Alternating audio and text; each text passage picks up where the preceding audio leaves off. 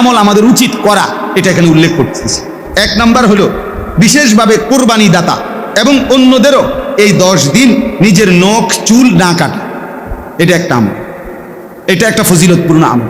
অর্থাৎ জিলকদ মাসের শেষেই জিলহজের চাঁদ উঠবার আগেই নখ এবং চুল কেটে ফেলা, আর এই 10 দিন কোরবানি হওয়ার আগ পর্যন্ত নখ চুল বিশেষভাবে যাদের কোরবানি করে, মানে যাদের উপরে কোরবানি ওয়াজিব তাদের জন্য বেশি জরুরি। আর যারা এমনিতেও কোরবানি হয় না, এমনকি বাচ্চা, তারারও এই 10 দিন নখ এবং চুল না কাটা, এটা রাসূলুল্লাহ সাল্লাল্লাহু আলাইহি সাল্লাম এবং সাহাবায়ে কেরামের আমল ছিল না কাটা। অতএব এটা একটা আমল যে এই 10 দিন নখ চুল কাটবে না। কথা বুঝছেন কিনা? হ্যাঁ, এটা একটা মানে আছে। হযরত আব্দুল্লাহ ইবনে ওমর রাদিয়াল্লাহু তাআলা আনহুমা, বিখ্যাত সাহাবী, উনি দেখছিলেন এক মহিলা তার বাচ্চার চুল কাটতেছে এই 10 দিনের ভিতরে। তো উনি পরিষ্কার বলছে, হে মা, যদি তুমি এটাকে কোরবানির দিন পর্যন্ত বিলম্বিত করতে কত না ভালো হতো, কত না ভালো হতো। অর্থাৎ সাহাবায়ে কেরাম বাচ্চাদের বিষয়েও এই খেয়াল রাখছে, বাচ্চাদেরকেও দিন শেখানো উচিত। সাহাবায়ে কেরাম, হাদিসে আছে, সাহাবায়ে কেরাম মহিলা সাহাবীরা নিজেদের বাচ্চাদেরকেও অনুপযুক্ত বয়সেও রোজা রাখাইবার চেষ্টা করতেন।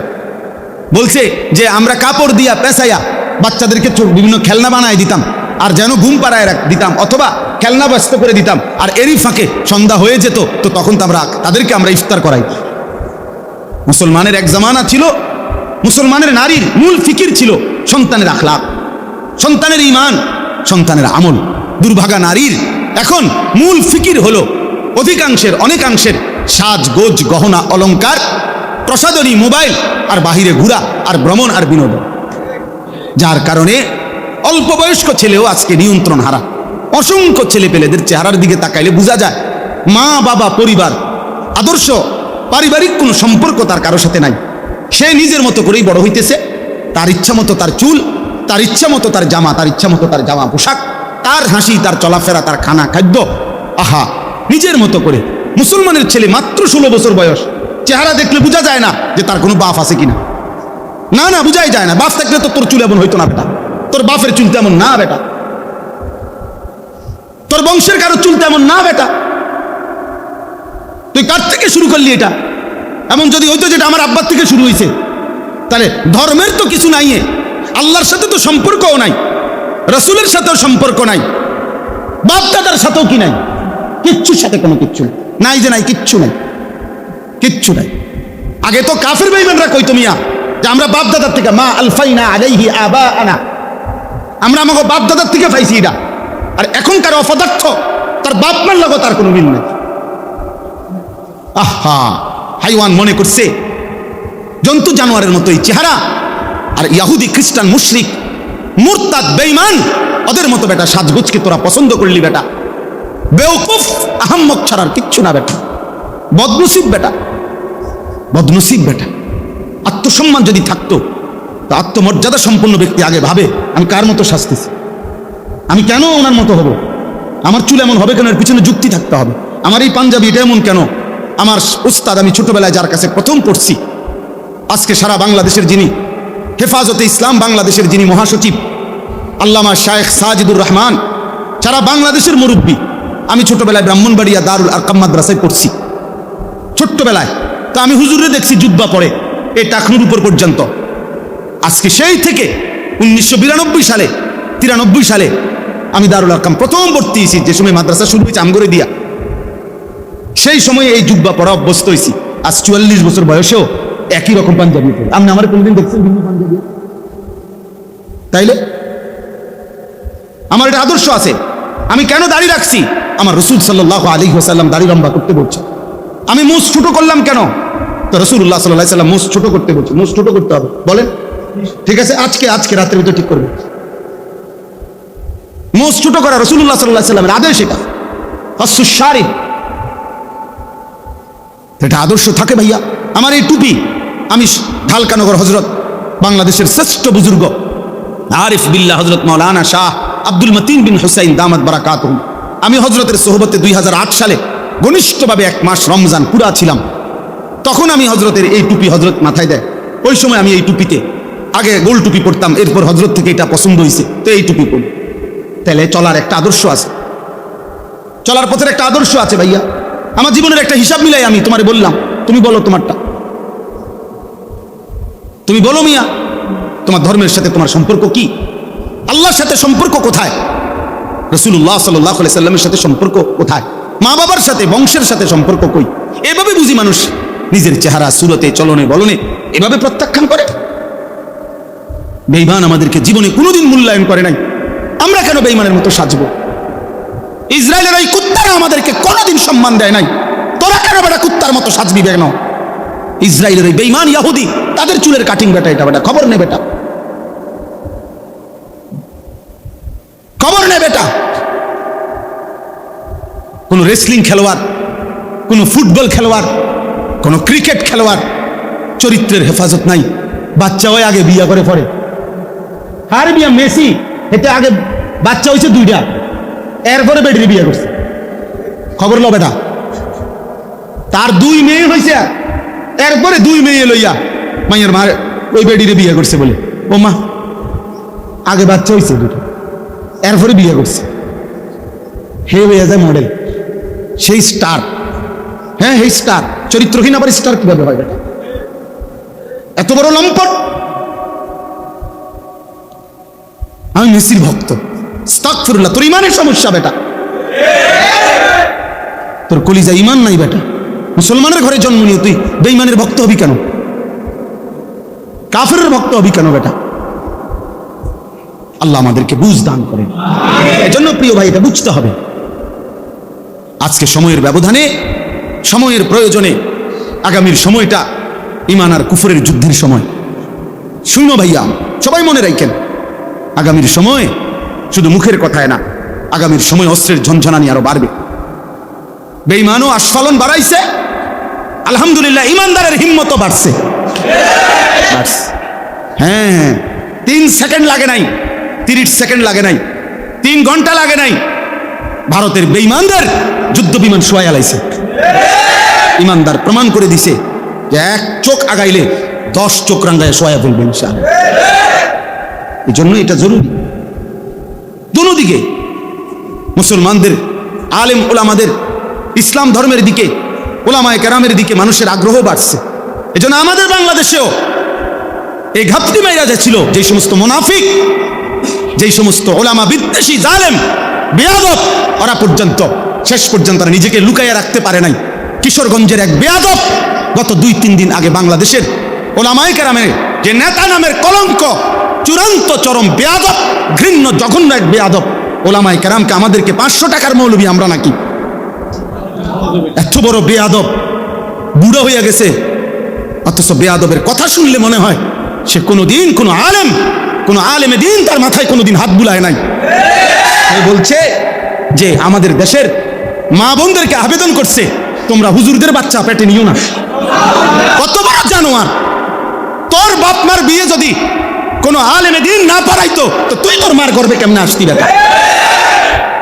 তুই তোর মার গর্বে আসতি কেমনে? তোর বাপ মার বিয়ে তোর কোন আব্বাই পড়াইছে? কোনো না কোনো আলেমে দিনই তো পড়াইছে। তুই এত বড় কথা বললি কেমনে? খবিস মানে আখবাস খবিস। সে খবিস বলে যে কোনো মা বোন যেন কোনো আলেমকে পেটে না ধরে, কোনো আলেমের বাচ্চা যেন পেটে না ধরে। সে আবেদন করছে বাংলাদেশ। আফসোসের ব্যাপার, সে প্রমাণ করুক, প্রমাণ করুক যে তার মা বাবার বিয়া কে পড়াইলো। তোর মা বাবার বিয়া কে পড়াইলো? রাস্তায় কেউ পড়াইছে বাবা? কোনো না কোনো মসজিদের ইমাম সাহেব, কোনো না কোনো আলেমে দিনই তো পড়াইছে। তো ওই আলেমে দিন বিবাহ পড়ানোর কারণেই তো তোর মা বাবার বিবাহ সম্বন্ধ সম্পর্ক বৈধ হয়েছে। তার বরকতে না তুই হইলি। হে অমন মৌলানা চিনে না, হে মৌলানা চিনে না। এজন্য ভাইয়া এটা জরুরি বিষয়। আগামীর সময়ে ইনশাআল্লাহ ঈমান আর কুফরেরই মোকাবেলা হবে এবং শেষ পর্যন্ত মুমিন জিতবে ইনশাআল্লাহ। ইসলাম জিতবে, দিন জিতবে ইনশাআল্লাহ। এজন্য এই কিশোর নওজোয়ান বাবা সবাই মিলে আল্লাহর দিকে ফেরো, আল্লাহর দিকে। নিজেরে বরবাদ করো না, চরিত্রহীনদের খপ্পরে পড়ো না ভাইয়া, বেঈমানের মতো নিজেরে সাজাইও না। হাসরের ময়দানে এই অবস্থায় মৃত্যু হইলে হাসরের ময়দানে কেমনে দাঁড়াইবা? পাঞ্জাবি পরা। হ্যাঁ তুমি মরে গেছো এমনি আর উঠবা পাঞ্জাবি পরা? হ্যাঁ তুমি মরে গেছো দাড়ি ছাড়া, উঠবা একবার দাড়িওয়ালা। হ্যাঁ কথা তো তাইলে আপনি বুঝেন না, সারা রাত উলঙ্গ ছবি দেখে শরীর না পাক করে যদি তুই বেটা আর রাত্রে যদি ভোর না হয়, কোনো অদৃশ্য বোমার আঘাতে যদি তুই উড়ে যাস, তা হাসরের ময়দানে কেমনে দাঁড়াইবা? তাহাজ্জুদের সেজদায়। আল্লাহ বুঝার তৌফিক দান করে। এটা আমাদের জন্য জরুরি। এই জন্য আমরা ইনশাআল্লাহ জিলহজ মাসের এই সময়টুকু সহ আমাদের জিন্দিগি আমরা আল্লাহর হুকুমের উপরে আনবো ইনশাআল্লাহ। বাকিটা শুধু পড়ে শোনাই।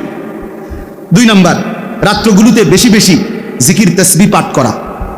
3 নাম্বার, প্রথম 9 দিন রোজা রাখা টানা, জিলহজের প্রথম দিন থেকে কোরবানির আগের দিন পর্যন্ত 9 দিন রোজা রাখার চেষ্টা করা। প্রত্যেকটা রোজাতে এক বছরের নফল রোজার সওয়াব মিলবে। 4 নাম্বার, আরাফার দিন অর্থাৎ কোরবানির আগের দিন 9 জিলহজ রোজা রাখা। এটা বিশেষ, অর্থাৎ কোরবানির আগের দিন বিশেষভাবে ওই দিন রোজা রাখার সর্বোচ্চ চেষ্টা করা। নবীজি সাল্লাল্লাহু আলাইহি সাল্লাম বলছেন, ওই দিনকার রোজায় আমি আল্লাহর কাছে আশাবাদী, আইয়ুকাফিরাস সানাতাল্লাতী ক্বাবলাহু ওয়াস সানাতাল্লাতী বা'দাহু, আল্লাহ তাআলা পিছনের এবং সামনের, এই সামনে এবং পিছনের 2 বছরের গুনাহ মাফ করে দিবেন। এজন্য তোমরা রাখো রোজা। যুবক ছেলে তোমরা রোজাই রাখো। তোমরা অনেক ছেলে পেলে মনে করো আমরা পোলাইন মানে আমরা কি আমল দিয়ে আমরা কিনবো। তোমরা আমল দিয়ে কিনো, তোমরা মোবাইল টিপবা, কেবল বেডি চাইবা আর তামসা করবা। তোমরাই তো আমল করবা। মিয়া শরীরে স্বাস্থ্য সামর্থ্য যার, সেই তো কি করবে? 90 বছরের বয়স্ক মানুষটার উপরে কেমনে আমল চাপায় দাও? আমল তো করবেই তাগড়া নওজোয়ান। আল্লাহ তৌফিক দান করেন। রোজায় খুব উপকার, রোজায় খুব উপকার ভাইয়া। প্রতি সোমবারে রোজা রাখো যুবক, দেখবা ইনশাআল্লাহ চরিত্র সুন্দর হবে, লজ্জাস্থানের চাহিদা কমবে, শাহওয়াত কমবে, নারীর প্রতি সারাক্ষণ আগ্রহ কমে আসবে, চরিত্র হেফাজত হবে। বৃহস্পতিবারে রোজা রাখো। আল্লাহ নবী ঔষধ, এটা প্রেসক্রিপশন। আল্লাহ নবী সাল্লাল্লাহু আলাইহি ওয়াসাল্লাম বলছেন, নিশ্চয়ই রোজার মধ্যে নিজের যৌন শাহওয়াত প্রবৃত্তি, যৌন চাহিদা দমনের কার্যকর প্রতিষেধক। আল্লাহ তৌফিক দান করেন। 5 নাম্বার, তাকবীরে তাশরিক পড়া। আল্লাহু আকবার, আল্লাহু আকবার, লা ইলাহা ইল্লাল্লাহু আল্লাহু আকবার, আল্লাহু আকবার, ওয়ালিল্লাহিল হামদ। 9 জিলহজ মানে কোরবানির আগের দিন ফজর থেকে 13 জিলহজ কি পর্যন্ত? আসর পর্যন্ত। ঈদুল আজহার নামাজ পড়া কোরবানির দিন। 7 নাম্বার, কোরবানি করা। 8 নাম্বার, ঈদের দিন ও আইয়ামে তাশরিক মানে ঈদের পরের 3 দিন, এই 4 দিনে রোজা না রাখা। মানে ঈদের দিন, কোরবানির ঈদের দিন, আর কোন দিন? পরের 3 দিন, এই 4 দিন কি না রাখা? আল্লাহ নবী সাল্লাল্লাহু আলাইহি সাল্লাম বলছে, আইয়ামুত তাশরিক আইয়ামু আকলিন ওয়া শুরবিন ওয়া যিকরিল্লাহ। নবীজি বলছেন, এই আইয়ামে তাশরিক মূলত ওই 3 দিনকে বলে, 11, 12, 13। এই 3 দিন হলো খাদ্য পানীয় এবং আল্লাহর জিকির, আল্লাহর বন্দিগির সময়, অর্থাৎ রোজার সময়। তাহলে আল্লাহ তাআলা বান্দাকে যেমন রোজা রাখতেও বলছেন, রোজা না রাখতেও বলছেন। তাহলে আল্লাহ তাআলার হুকুমের কুদরতের এটা একটা বৈশিষ্ট্য, আল্লাহর আদেশের, যে কখনো করতেও বলছেন, কখনো ছাড়তেও বলছেন। কাজেই এতটুকুই কথা। আজকের এই ইসলাহি মজলিসে আমরা 2টা কথা বললাম। 1 নম্বর কথা হলো, প্রিয় ভাই কিশোর নওজোয়ান, ধমক দিলেও মনে রাখো, ধমক মাকসাদ না, তোমার মনে করানো মাকসাদ। তুমি কোনোভাবে তোমরা এই যে কয়জন ছেলে তোমরা এই চুল স্বাভাবিক করো, ভালো হবে। আমি বললাম চুলের ফ্যাশন, পুরুষের সৌন্দর্য, এটা পৃথিবীর কোথাও নাই। দেখ তুমি খবর লই, পুরুষ চুল নিয়ে ব্যস্ত থাকবে, এটা বিশ্বাস করো, আমার কথা মনে থাকলে মনে রাখো, এটা তার ভিতরে মূলত মেয়েলি স্বভাব বেশি। এই জন্য কাপুরুষে, কারণ চুল নিয়ে বেশি ব্যস্ত থাকা, এটা বেডিতে খাচ্ছ, বুঝলেন না কথাটা? এটা মূলত কি স্বভাব? মেয়েলি স্বভাব। কারণ মহিলার সৌন্দর্য হলো চুলে, নারীর চুলের আলাদা কি আছে? শোভা। নারীর চুলের একটা সৌন্দর্যের ব্যাপার। এই জন্য নারীর চুলের যত তেল বাজারে, বেডিতে চুলের তেল এতটি তেল নাই তো। এটা নিয়ে কোনো মাথা ব্যথার বিষয় না। পুরুষ চুল নিয়ে ব্যস্ত থাকবে, এটা যেন এক ধরনের হাফ লেডিস। হ্যাঁ, চুলের ফ্যাশন নিয়ে ব্যস্ত থাকবা কেন? তুমি তো এটা নিয়ে ব্যস্ত থাকার কথা না। তুমি পৃথিবী গড়বা, তুমি দেশ গড়বা, তুমি জাতি গড়বা, তুমি ইসলামের জন্য জান কোরবানি করবা ইনশাআল্লাহ। আল্লাহ তাআলা বলেন যে, ওয়ারাব্বুকা ইয়াখলুকু মা ইয়াশাউ ওয়া ইয়াখতারু। আল্লাহ তাআলাই যা ইচ্ছে করেন সৃষ্টি করেন এবং তিনিই বাছাই করেন, আলাদাভাবে নির্বাচিত করেন, বিশেষভাবে মর্যাদাবান করেন, বৈশিষ্ট্যমণ্ডিত করেন। কোনো ব্যক্তি, কোনো স্থান, কোনো সময়, কোনো জায়গা, কোনো মুহূর্ত, এই সব কিছু আল্লাহ তাআলাই বিশেষ আল্লাহর ইচ্ছে মতো সম্মানিত করেন, মহিমান্বিত করেন। শুক্রবার মর্যাদাবান, তো এটা আল্লাহ তাআলা করছেন। শবে বরাত মর্যাদাপূর্ণ রাত, তো এটা আল্লাহ তাআলাই করেছেন। শবে কদর মর্যাদাপূর্ণ রাত, তো এটা আল্লাহ তাআলাই করছে। রমজান মাস মর্যাদাপূর্ণ মাস, তো এটা আল্লাহ তাআলা করছে। কাবা ঘর মর্যাদাপূর্ণ স্থান, তো এটা আল্লাহ তাআলাই নির্ধারণ করছে। মসজিদে হারাম মর্যাদাপূর্ণ মসজিদ, তো আল্লাহ তাআলাই নির্ধারণ করছে। তাইলে আল্লাহ তাআলাই স্থান, ব্যক্তি, সময় ইত্যাদিকে আল্লাহ তাআলা তার ইচ্ছে মতো বাছাই করেন, বিশেষ কোনো সম্মান, মর্যাদা, ইজ্জত দান করেন। সমস্ত আম্বিয়া আলাইহিমুস সালাম, নবীগণ আল্লাহ তাআলাই নির্ধারণ করছে। আল্লাহু ইয়াসতাফি মিনাল মালাইকাতি রুসুলান ওয়া মিনান নাস। আল্লাহ তাআলা বলেন যে আল্লাহ তাআলাই মানুষের মধ্য থেকে এবং জিনদের, ফেরেশতাদের মধ্য থেকে রাসূল নির্বাচিত করেন। অর্থাৎ কে কে রাসূল হবে, নবী হবে, এটা বাস্তবিক অর্থে আল্লাহ তাআলাই নির্ধারণ করছে। কোরআনুল কারীমের মধ্যে আছে সুম্মা আওরাসনাল কিতাবাল্লাযীনা ইসতাফাইনা মিন ইবাদিনা। আমার রাসূলের পরে যুগে যুগে কারা কোরআনুল কারীমের উত্তরাধিকার হবে, সেই হাফেজ, আলেম, যাদের সিনার মধ্যে আল্লাহর কোরআন থাকবে, আল্লাহ বলেন এদেরকে আমি আল্লাহই যুগে যুগে বাছাই করে থাকি। ইসতাফাইনা, আল্লাহ বলেন আমি বাছাই করেছি। ইয়াসতাফি, আল্লাহ বাছাই করেন। কোরআনুল কারীমের মধ্যে আছে আল্লাহু আ'লামু হাইসু ইয়াজআলু রিসালাতাহু। আল্লাহ তাআলাই সর্বাধিক ভালো জানেন তিনি তার রিসালত মানে কাকে রাসূল বানাবেন। তাইলে স্থান, ব্যক্তি, সময়, মাস, বছর, সপ্তাহ, এই সব কিছু যেখানে যেটা দামি, তো এটা আল্লাহ তাআলার ফয়সালা। তো আল্লাহ তাআলা এই পৃথিবীবাসীর জন্য পৃথিবী সৃষ্টির শুরু থেকে, আসমান জমিন সৃষ্টির সূচনা থেকেই 12টি মাস আল্লাহ তাআলা নির্ধারণ করছে। এই যে আমরা যে 12 মাস বলি, 12 মাসে বছর গুনি, এটা আল্লাহ তাআলা নির্ধারণ। এই জন্য বাংলাতে হিসাব করলেও 12 মাস, ইংরেজিতে হিসাব করলেও 12 মাস, আরবিতেও বাংলা মাস, আর অন্যান্য কোনো ক্যালেন্ডার থাকলেও সেগুলোও 12 মাস। তাহলে 12 মাসে যে গুনতে হবে 12 মাস, এর ভিত্তিতে এই ধারণায়, এই সিদ্ধান্ত, এই 12 এই শব্দটি নির্ধারণ আল্লাহ করেছে। এই কথাটা আল্লাহ তাআলা এখানে বলছেন ইন্না ইদ্দাতাশ শুহুরি ইনদাল্লাহি 12 শাহরা। মাসসমূহের গণনা নিশ্চয়ই আল্লাহ তাআলার নিকটে 12টি। 12 মানে 12 মাস, এটা আল্লাহ তাআলা ফয়সালা করেছে। কখন থেকে? ফি কিতাবিল্লাহ, আল্লাহ তাআলা তার তাকদীরের মধ্যে এভাবেই লিখছেন যে মাস হবে 12টি। আর এটা এই পৃথিবীতে চালু করছেন কখন থেকে? ইয়াউমা খালাকাস সামাওয়াতি ওয়াল আরদ, আসমান জমিন সৃষ্টির সূচনা থেকে, যেদিন থেকে পৃথিবী আসমান জমিন শুরু, সময় শুরু, তো সেই থেকেই 12 মাস শুরু। ধীরে ধীরে 12 মাস নির্ধারণ হয়েছে। এমন কিছু এই হাতে ধরে মোবাইলের একটা সবচেয়ে বড় অভিশাপ হলো ওই দুর্ভাগা বদনসিব আর নিজে কিছু শোনে না। এই বদনসিব কিছু বোঝেও না। আপনার এই দুর্ভাগা এটা নিয়ে এত বেশি মনোযোগী থাকে যে তার নিজের জন্য সে কিছুই নিতে পারে না।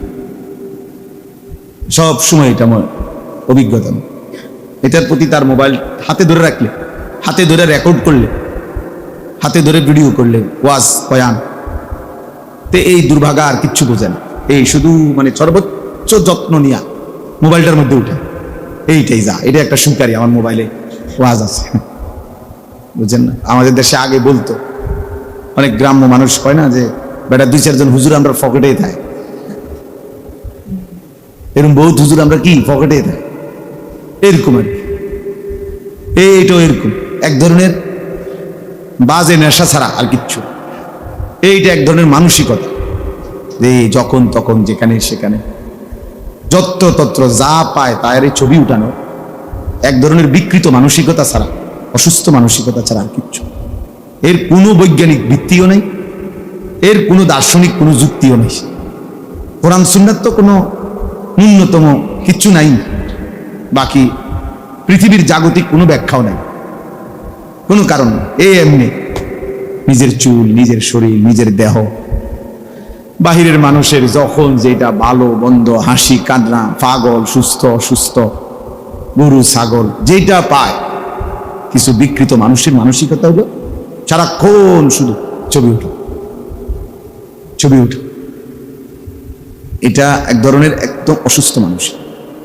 একজন মুমিন, কমপক্ষে একজন ফিকিরমান মানুষ, সে এত ফালতু কাজে সময় নষ্ট করে না, একেবারে দুনিয়াবি ফিকিরও যাবে। অর্থাৎ যাদের এতটুকু চিন্তা আছে যে আমার দুনিয়া আরো সাজানো দরকার, আরো টাকা, আরো সম্পদ, আরো প্রাচুর্য, আরো বাড়ি, আরো বড় ব্যাংক, আরো ব্যালেন্স, আরো মিল, আরো ফ্যাক্টরি করা দরকার, মানে দুনিয়াবি সমৃদ্ধিও যারা চায় তারাও এত বেশি ব্যবহার করে না এই মোবাইল।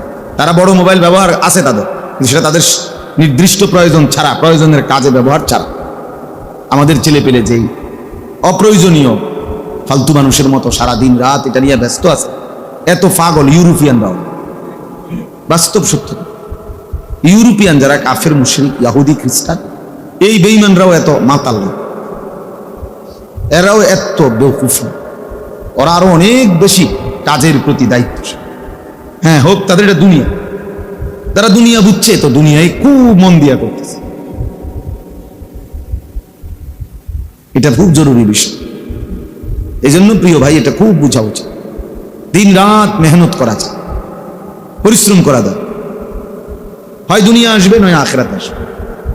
হয়তো দুনিয়ার কোনো লাভ হবে, আর নয়তো আখিরাতের কোনো কি হবে, লাভ হবে। একটা কিছুতে থাকতে হবে, কোনো কিছু নাই মা লা ফাইদাতা ফিদ দুনিয়া ওয়াল আখিরাহ।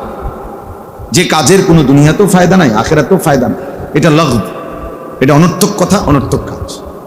একটা মানুষের পাঞ্জাবি সিলাইয়া গাও দিছে, সে গায়ে দিয়ে ফেলছে, অলরেডি সেলাই করা। আপনি এটার মধ্যে আলাপ জুড়াই দিলেন, এটা কি কাপড়, টরে কি, টরে জাফানি টরে কত করে লইছে, 260, 210 টাকা করে সিল্লাইয়া বেছে। আপনি কোন বেকুবে কইছে 260 করে, আমারে কইলেন না, ফেব্রুয়ারি করে বুঝলেন না? কয় গজ লাগবো আপনার, থান দরকার থানায় নিয়ে দেবো। এই শুরু হইলো এবার হেমিয়া কইতে, আর দূর বেড়া তুই জানাস বেড়া চাইতে করতে এই লাগলো, অথচ পাঞ্জাবি এটা গায়ে দিয়ে 2 মাস গেছে গা, আপনি এটার দাম লইয়া, এটা মূলানি লই, কি অর্থ? তাহলে এই কথাটা বাহ্যিক দৃষ্টিতে দুনিয়ারও কোনো ফায়দা নাই, আখিরাতেরও কোনো কি নাই, ফায়দা নাই। এটা লাগব, বেহুদা কাজ।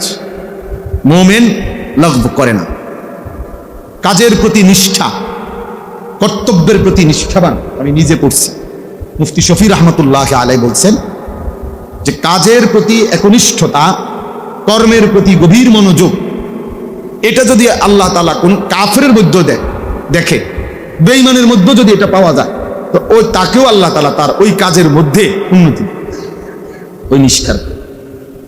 মুফতি শফি রহমতুল্লাহ আলাই বলছেন নিষ্ঠা, একনিষ্ঠতা এত গুরুত্বপূর্ণ।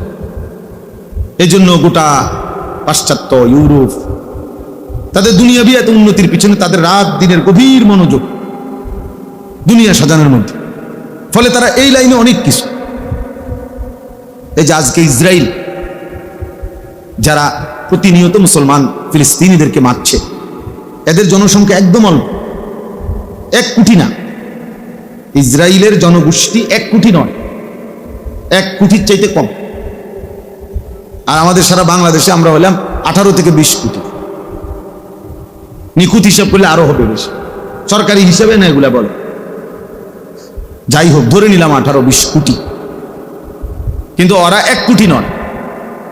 কিন্তু ইসরায়েলের যে মূল শহর তেল আবিব, এই ইহুদিদের রাজধানী, ওইটা একবারে যেই কোনো কেউ জানে, এটা একটা ঐতিহাসিক তথ্য যে এই তেল আবিব এটা এমন এক শহর বলা হয় এটাকে, যেই শহরে কখনো রাত হয় না। এটা যে কোনো খবরে আপনার দেখলো, আপনি এটা সার্চ করলেও পাইবেন। এটা বৈশিষ্ট্য কি? ইসরায়েলের এই প্রধান নগরী তেল আবিবের বৈশিষ্ট্য হলো এটা এমন এক শহর যে শহরে কখনো রাত হয় না। মানে কি? মানে এনে সূর্য ডুবে না, তাহলে রাত হয় না মানে কি? অর্থ হলো এটা এমন একটি শহর যে শহরে কখনোই এমন কোনো টাইম নাই যে টাইমে পুরা শহরের সমস্ত কর্মস্থল, অফিস, আদালত, কাজ কর্ম সব একসাথে এই মুহূর্তে বন্ধ।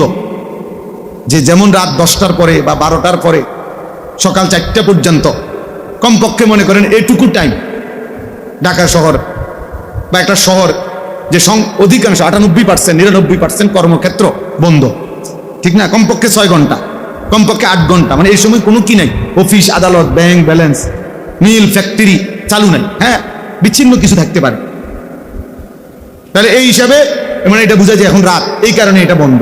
কিন্তু তাদের ওই শহরে 24 ঘন্টা বাই রোটেশন এভাবে কাজ হয়, অফিস আদালতের নিয়ম নিজাম কাজকর্মের, যে রাত 2টা দিনের 2টা বরাবর বরাবর একদম সেম। ওই রাত 2টা তো দিনের 2টায়, রাত 12টা তো দিনের 12টার মতো সমান তালে কাজ চলে বাই রোটেশন। এই পরিমাণ মেহনত করে, এই পরিমাণ পরিশ্রম তারা করে, এই কারণে বলে যে তাদের ওই শহরে কখনো রাত হয় না, সারাক্ষণই কি করে, কাজ করে। ফলে এই 1 কোটির চাইতে কম মানুষ আজকে সারা পৃথিবীর, এই সারা পৃথিবীতে যদি 800 কোটি মানুষ হয়, কথার কথা আরো কম হোক বেশক ধরে নিলাম 800 কোটি মানুষ যদি হয়, আর এরা যদি 1 কোটি হয়, তাহলে বাকি মানুষ কত? 799 কোটি। এই 799 কোটি মানুষকে যারা যন্ত্রণা দিতেছে, কষ্ট দিতেছে, 799 কোটি মানুষের বিরুদ্ধে ষড়যন্ত্র করে 24 ঘন্টা যারা, তারা এই 1 কোটি মানুষ।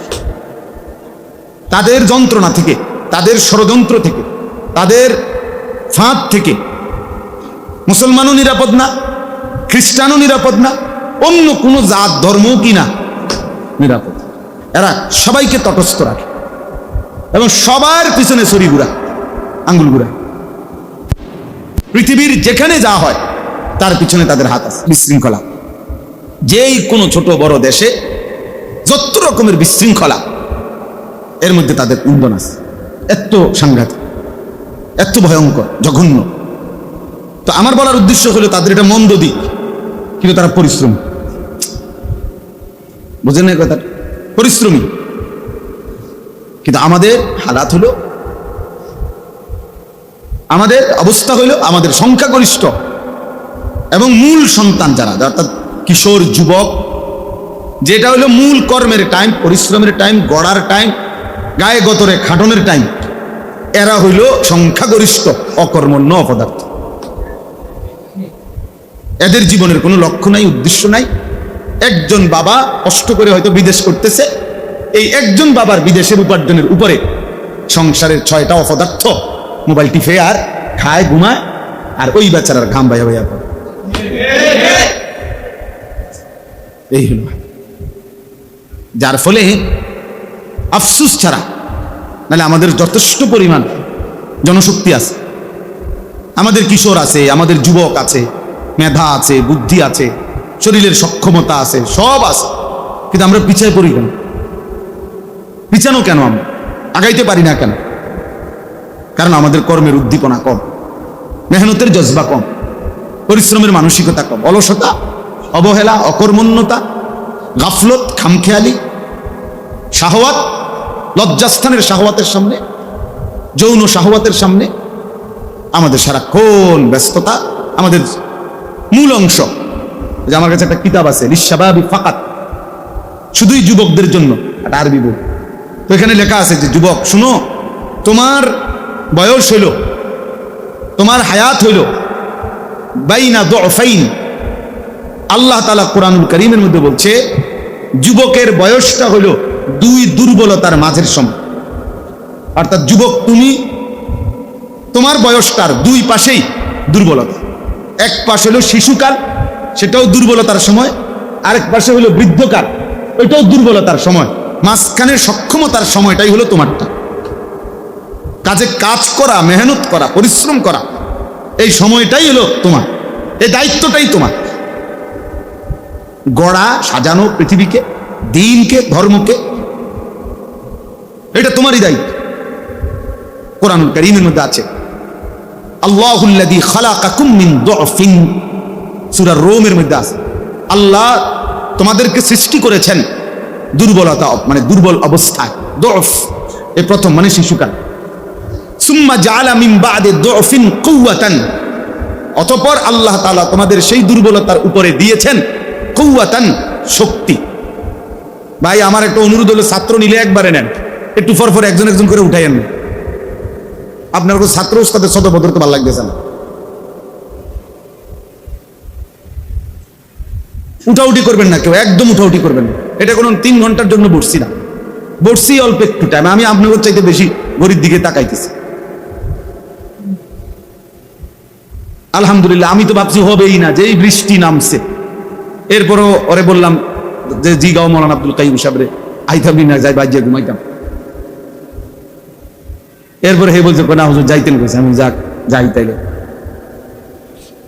তাইলে আল্লাহ তাআলা বলতেছেন সুম্মা জাআলা মিন বাদি দুফিন কুওয়াতান, অতঃপর আল্লাহই তোমাদের সেই দুর্বলতার উপরে দিলেন কুওয়াতান, মানে কি শক্তি, তার মানে যৌবন। সুম্মা জাআলা মিন বাদি কুওয়াতিন দুফান ওয়া শাইবা, এই যে পুনরায় আবার সেই শক্তিতে ফিরিয়ে দিলেন দুর্বলতা এবং বৃদ্ধ অবস্থা। তাহলে আশ-শাবাবু বাইনা দুফাইন, যুবক হলো দুই দুর্বলতার, বাম এদিকেও তার দুর্বলতা, এদিকেও তার কি দুর্বলতা। যৌবন কালটাই কাল। এবার তুমি যদি পিছন দিকে ফিরো তাইলেও দুর্বলতা, যদি সামনে আগাও তাইলেও কি আসতেছে। তাহলে কাজ করার এখনই সময়, মেহনত করার এখনই সময়, দেশ গড়া, জাতি গড়া, সমাজ গড়া এখনই সময়, এখনই সময়, নিজের আখিরাত গড়া এখনই সময়। আল্লাহ নবী সাল্লাল্লাহু আলাইহি ওয়াসাল্লাম বলছেন শাবুন নাশাআ ফি ইবাদাতিল্লাহ, যে যুবক তার যৌবনকাল আল্লাহর ইবাদতে কাটাইছে, বেড়ে উঠছে, ইবাদতের মাধ্যমে যে তার যৌবনটা বেড়ে উঠছে, আল্লাহ তাআলা তাকে আল্লাহর আরশের নিচে ছায়া দান করবে, আরশের নিচে ছায়া দান করবে। এজন্য প্রিয় ছেলেরা বুঝতে শিখো, একজনই বুঝো, একজনই ভালো হও, একজনই ভাবো, একজনই নিজের জন্য, দেশের জন্য, ইসলামের জন্য, দ্বীনের জন্য কিছু করো। যে হোক আমি একজন। আমাদের প্রিয় ভাই বর্তমান সময়ে উদীয়মান, আলহামদুলিল্লাহ, অনেক সুন্দর বয়ান করে আমগো পছন্দের আমার শায়েখ আরিফ বিল্লাহ হাকিমুন নফস আল্লামা মুফতি মুশতাকুন নবী কাসিমি, আমার শায়েখেরও পছন্দের হযরত মাওলানা মুফতি ইউসুফ বিন ইকবাল, এই মাওলানা আমার এই বই দিছে, এই বই 2-3 দিন আগে আরো একটা বই দিছে, আরো সুন্দর, শাবাবুন লা ইয়ানসাহুমুত তারিখ, আরবি বই।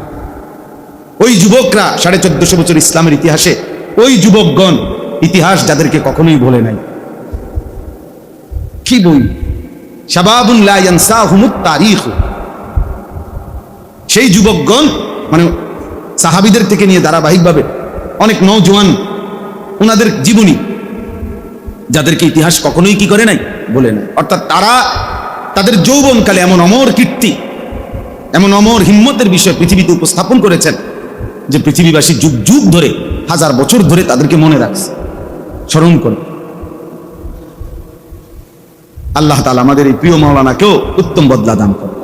তো আমি বলতেছিলাম যে আমার কথার প্রসঙ্গ ছিল ওই মোবাইলের, এটা দেখা বিরক্ত লাগছে, দেখা বলছে ফাগরি মাতার দিন ছাত্র মাশাআল্লাহ দাঁড়াইয়া মোবাইলের এমন ভাবে চাইতেছে, এটারে মানে বাড়াইতেছে, কমাইতেছে, খুব মনোযোগ। আমার মনে হয় না পড়া এত মনোযোগ দিয়া পড়ে।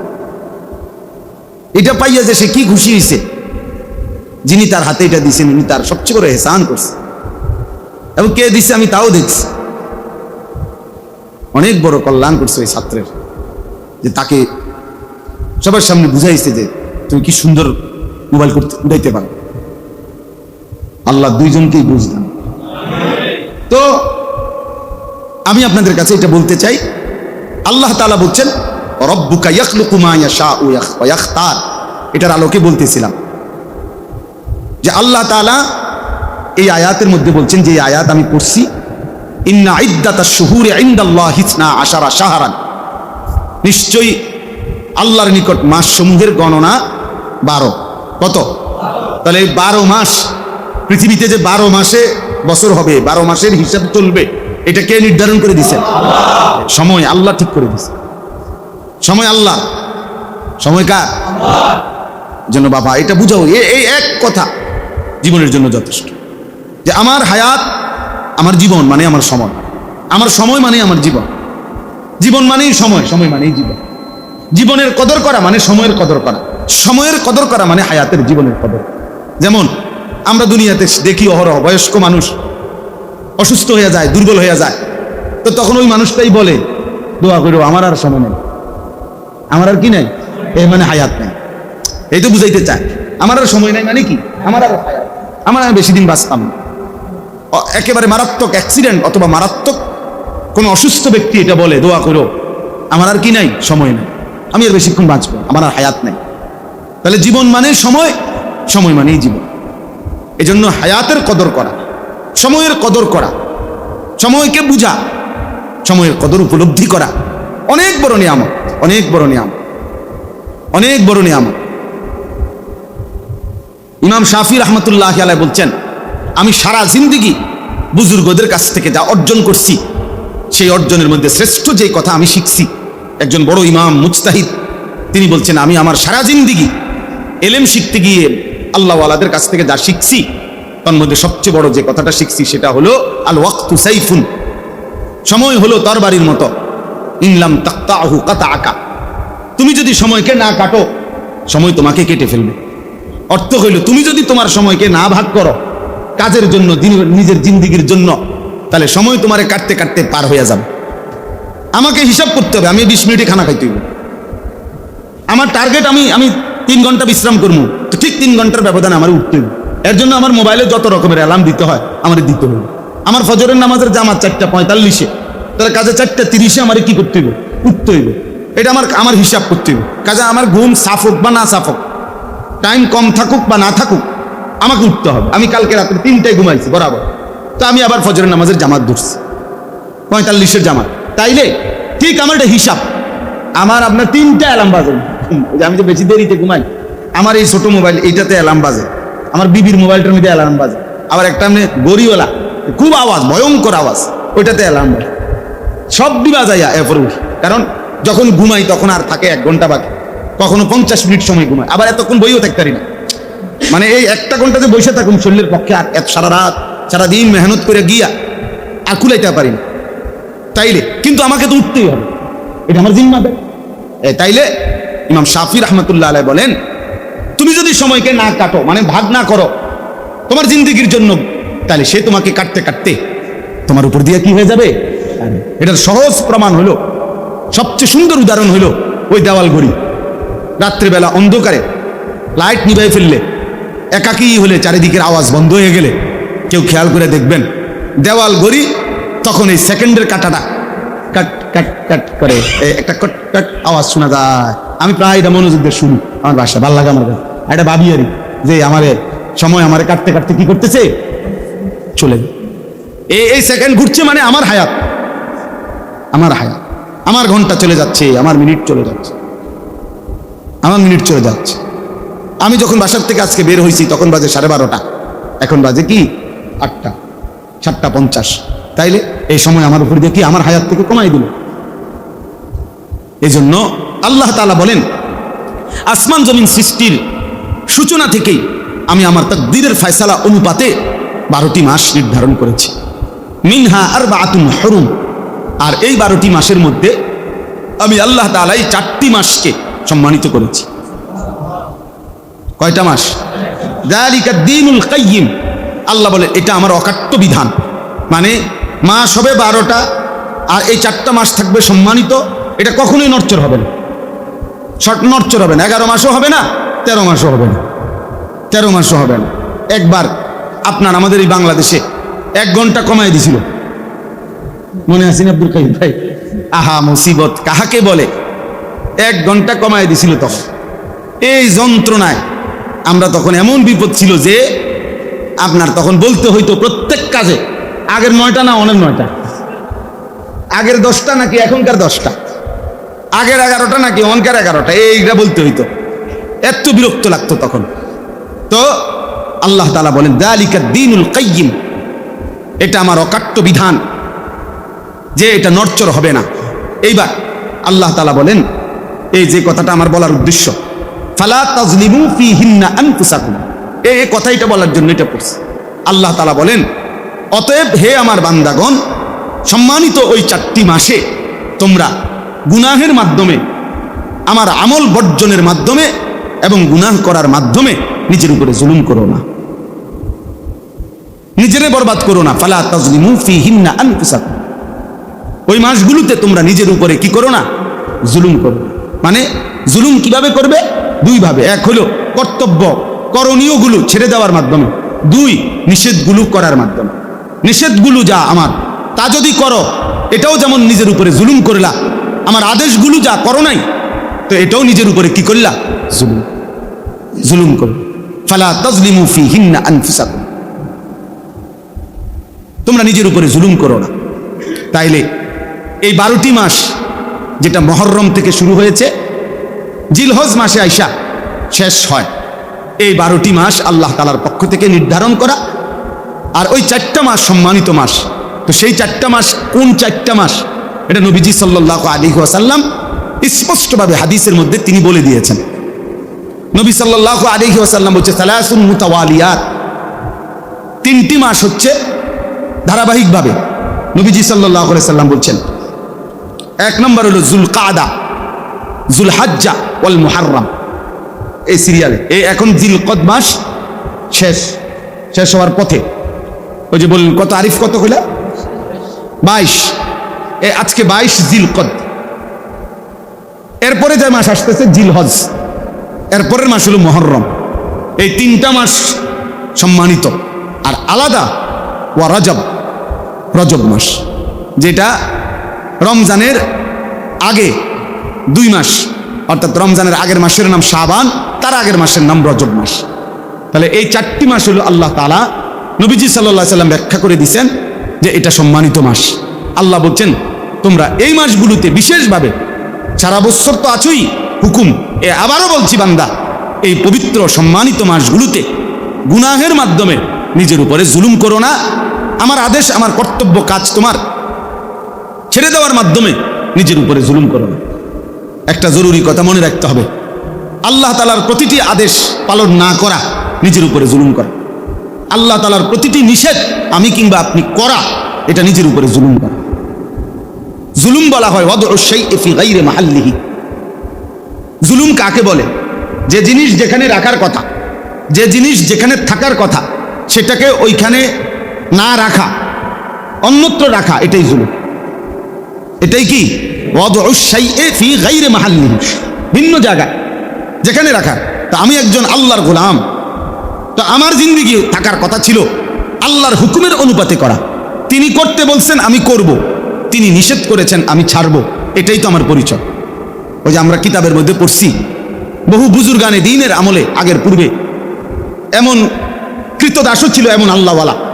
পূর্ববর্তী জামানায় চাকর, গোলাম, কৃতদাসও ছিল এত বড় দিনদার, এত বড় দিনদার যে সে কৃতদাসকে কোনো আল্লাহওয়ালা বাজার থেকে কিনছে, গোলাম কিনে জিজ্ঞাসা করছে তোমার নাম কি?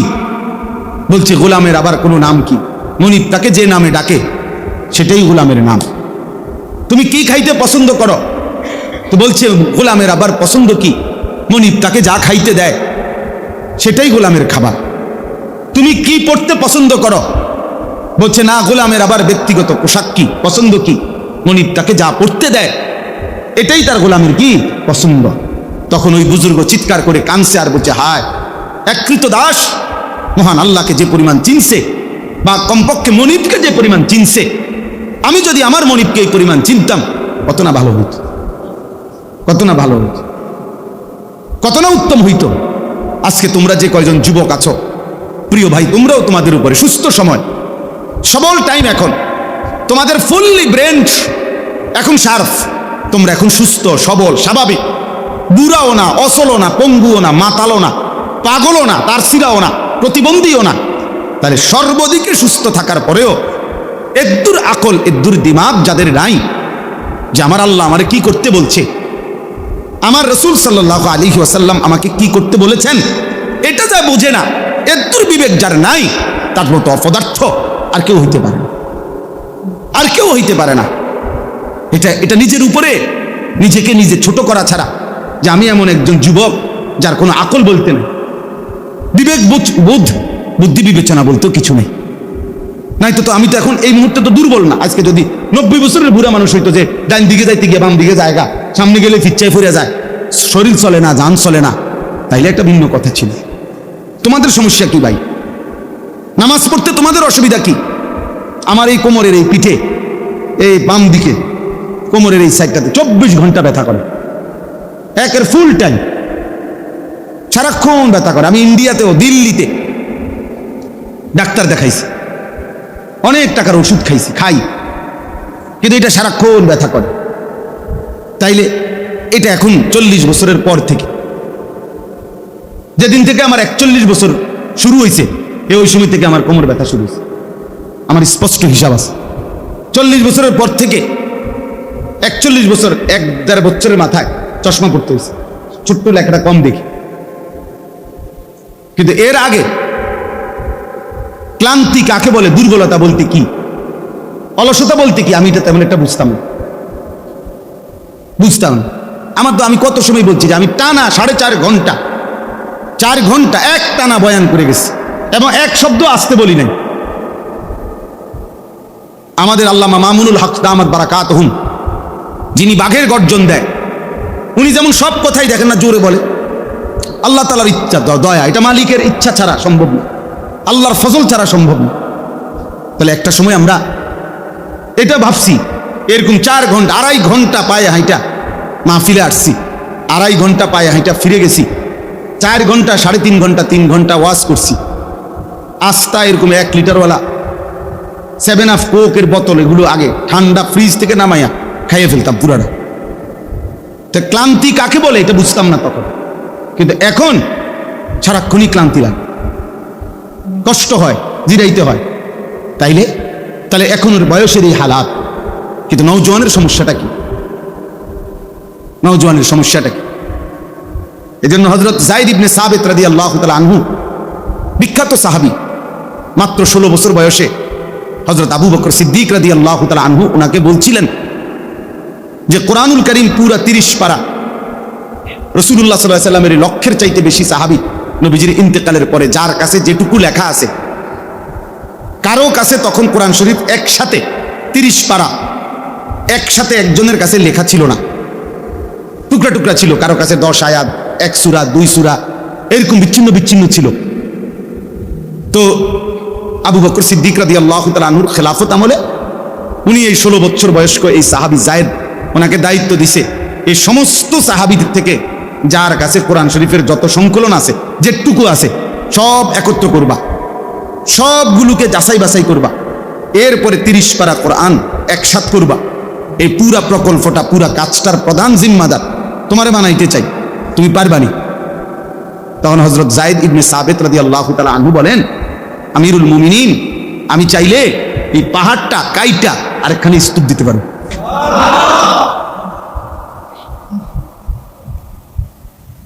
আমি এই পাহাড়িটা কাইটা আরেকখানে তুপ দিলাম। কি ভাবছেন? নওজোয়ান পারবে না তো কে পারবে? যুবক করবে না তো করবেটা কে কাজটা? অর্থাৎ তিনি হীনমন্যতা বোধ করেন নাই, বরং হিম্মত করছেন। আল্লাহ তাআলা সাহায্য করছে, আল্লাহ তাআলা সাহায্য করছে।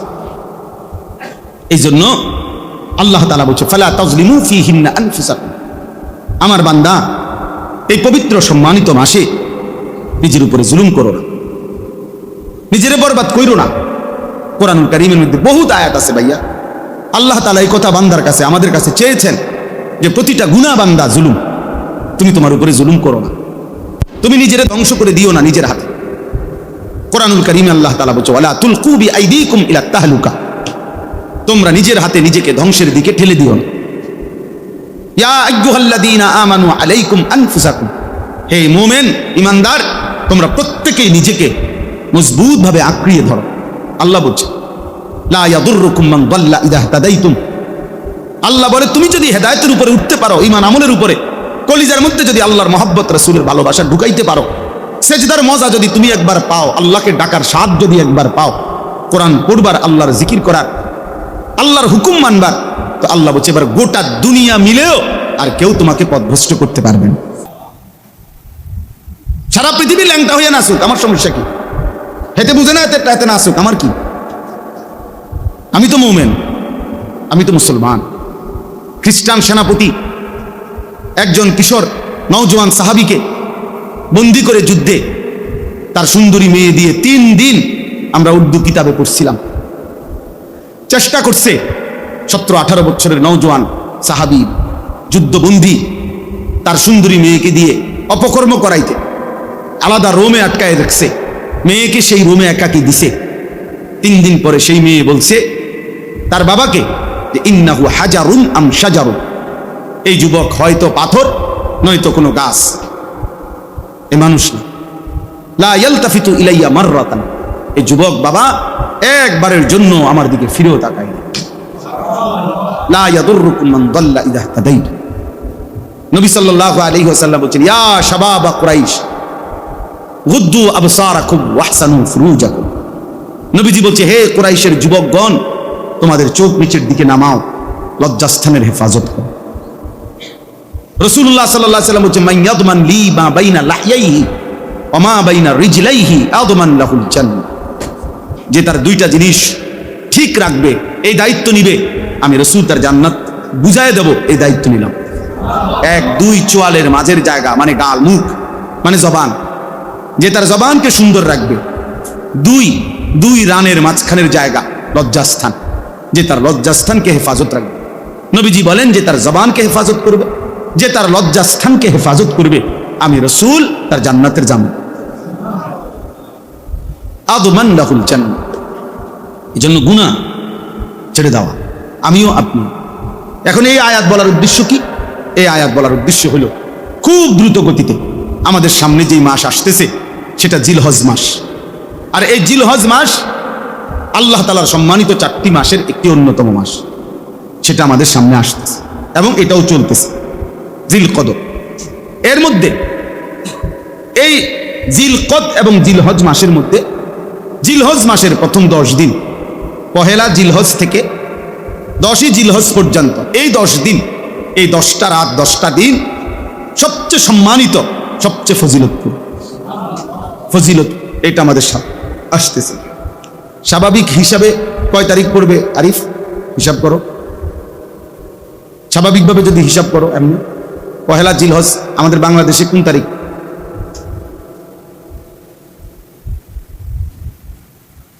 জি 28 এপ্রিল অথবা 29 এপ্রিল, আর সরি মে, 28 বা 29 মে পহেলা জিলহজ হবে। জিলহজের চাঁদ উঠলে এই 10টা রাত 10 দিন আল্লাহ নবী সাল্লাল্লাহু আলাইহি সাল্লাম বলছেন, আমি এটাই পড়ছি এখানে, নবীজি সাল্লাল্লাহু আলাইহি সাল্লাম বলছেন এই 10 রাত, এখানে যে সম্মানিত মাসের বিশেষ এই 10টা দিন 10টা রাত, নবীজি সাল্লাল্লাহু আলাইহি সাল্লাম বলেন মা মিন আইয়ামিন আল আমালুস সালিহু ফিহা আহাব্বু ইলাল্লাহ মিন হাযিহিল আইয়াম, ইয়ানি আইয়ামুল আশর। আল্লাহ তাআলার নবী সাল্লাল্লাহু আলাইহি সাল্লাম বলেন আল্লাহ তাআলার নিকট যতগুলো দিন আছে সমস্ত দিনের মধ্যে এই 10টি দিন আহাব্বু ইলাল্লাহ, সবচেয়ে প্রিয়, সবচেয়ে ভালোবাসার, সবচেয়ে পছন্দের। কি পছন্দের? আল আমালুস সালিহু ফিহা, এই 10 রাতের আমল, এই 10 রাতের 10 দিনের আমল কোন বান্দা যদি, কোন মুমিন যদি এই জিলহজের এই 10 দিন, জিলহজের এই 10 দিন বিশেষভাবে আমল করে, আমলের মধ্যে কাটায়, আল্লাহর গুনাহ নাফরমানি, আল্লাহর অবাধ্যতা থেকে নিজেকে হেফাজত করে, আর আল্লাহ তাআলার হুকুম আর আদেশের মধ্যে নিজেকে ব্যস্ত রাখে, আহাব্বু ইলাল্লাহ, এটা আল্লাহ তাআলার কাছে সবচেয়ে প্রিয় এই সময়ের আমল, এই 10 দিনের আমল।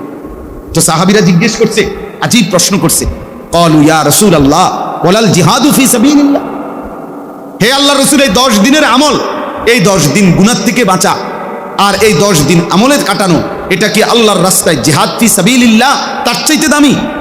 নবীজি বললেন ক্বালা ওয়ালাল জিহাদু ফি সাবিলিল্লাহ, হ্যাঁ সাহাবীরা আল্লাহর রাস্তায় জিহাদের চাইতেও দামি। অর্থাৎ এই 10 দিন আল্লাহর রাস্তায় জিহাদের চাইতেও দামি। তবে একটা ব্যাখ্যা দিছে নবীজি, ইল্লা রাজুলুন খারাজা বিনাফসিহি ওয়া মালিহি ফালাম ইয়ারজি মিন যালিকা বিশাইইন, হ্যাঁ তবে আগের থেকেই যেই মুজাহিদ নিজের জান এবং মাল নিয়ে পুরাপুরি আল্লাহর রাস্তায় যুদ্ধে বের হয়ে গেছে, এখনো যুদ্ধের ময়দানেই আছে, সেই যুদ্ধের ময়দান থেকে আর ফিরেই নাই, যে পুরা ওয়াকফ করে দিয়েছে নিজেকে আল্লাহর রাস্তায় জিহাদের জন্য, তিনি এই 10 রাত্রি 10 দিনের ইবাদতকারীর চাইতেও দাম। আর স্বাভাবিক জিহাদ, স্বাভাবিকভাবে নতুন করে এই সময়ের জিহাদ ফি সাবিলিল্লাহর চাইতেও এই 10 রাত্রি 10 দিনের ধারাবাহিক আমল এবং গুনাহ থেকে মুক্ত থাকা আল্লাহর কাছে অধিক প্রিয়। তাইলে কি বোঝা গেল? সেরকম একটি গুরুত্বপূর্ণ সময় আমাদের সামনে আসতেছে। এই জন্য আমরা যারা এখানে বসছি সবার মধ্যে এই নিয়ে মানসিকতা থাকা উচিত। এই 10 রাত্রি এই 10 দিনের মধ্যেই ইসলামের অত্যন্ত গুরুত্বপূর্ণ 2টা ইবাদত পালন হয়। একটা হলো হজ, আরেকটা হলো কোরবানি। 10ই জিলহজ কোরবানি আদায় হয়, আর একেবারে 9ই জিলহজ ইয়াউমে আরাফার মাধ্যমে শ্রেষ্ঠতম ইবাদত হজ কি হয়? আদায় হয়। তাইলে হজ এবং কোরবানির মতো শ্রেষ্ঠ ফজিলতপূর্ণ গুরুত্বপূর্ণ ইসলামের মৌলিক ইবাদতের অনুষ্ঠিত হয় এই 10 দিন 10 রাত্রের মধ্যে। আবার সাথে সাথে ধারাবাহিকভাবে এই 10 দিন 10 রাত্রের আমলও আল্লাহর কাছে অধিক প্রিয়। এই জন্য আমরা যদি একটু খেয়াল করি, এই যে কয়জন ইসলাহী মজলিসে আমি মনে করাই দিলাম, যাদেরই সুযোগ হয়, যারাই চেষ্টা করা উচিত, কিশোর হোক, যুবক হোক, বয়স্ক হোক, আলেম গাইরা আলেম, আমাদের সবাই এই সামনের এই 10 দিন জিলহজের 10 দিনকে আলাদাভাবে ইবাদত আমলের দ্বারা রঙিন করা, গুনাহ থেকে শতভাগ ফিরে থাকার সর্বাত্মক চেষ্টা করা। আল্লাহ তৌফিক দান করেন। কোরআনুল কারীমের মধ্যে একটা সূরা আছে, 30 নম্বর পারা, কোরআনুল কারীমের 89 নম্বর সূরা।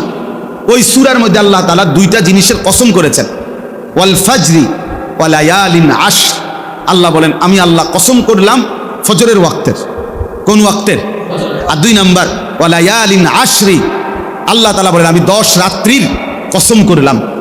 হযরত আব্দুল্লাহ ইবনে আব্বাস সহ বিশিষ্ট মুফাসসিরিনে কেরামের অভিমত হলো, এই যে আল্লাহ 10 রাত্রির কসম করছেন কোরআনে, এর দ্বারা এই জিলহজ্জের এই 10 রাত্রিকে বোঝানো হয়েছে। তাহলে জিলহজের এই 10 রাত্রি আল্লাহর কাছে প্রিয়, এজন্য আল্লাহ তাআলা এই 10 রাত্রির কসম করেছেন। এজন্য এটা আমাদের সামনে। এখানে আমার কাছে যেই কিতাবটা আছে, জিলহজ ও কুরবানি, এই বইটার নাম ফাজায়েল ও মাসায়েল, ছোট বই। আমাদের বর্তমান জাতীয় মসজিদ বাইতুল মুকাররমের যিনি সম্মানিত খতিব, সারা পৃথিবী বিখ্যাত আলেমে দ্বীন হযরত মাওলানা আব্দুল মালিক সাহেব দামাত বারাকাতুহুমুল আলিয়া, উনার যেই মাদ্রাসা, বাংলাদেশের শ্রেষ্ঠ দ্বীনি মাদ্রাসা মারকাজুদ দাওয়া আল ইসলামিয়া, ওই মাদ্রাসার সাবেক নায়েবে মুফতি, অনেক বড় বুজুর্গ মুহাক্কিক আলেম হযরত মাওলানা মুফতি মোহাম্মদ ইয়াহিয়া, উনি লিখছেন এই বইটি। আমার সবচেয়ে পছন্দের বই এটা।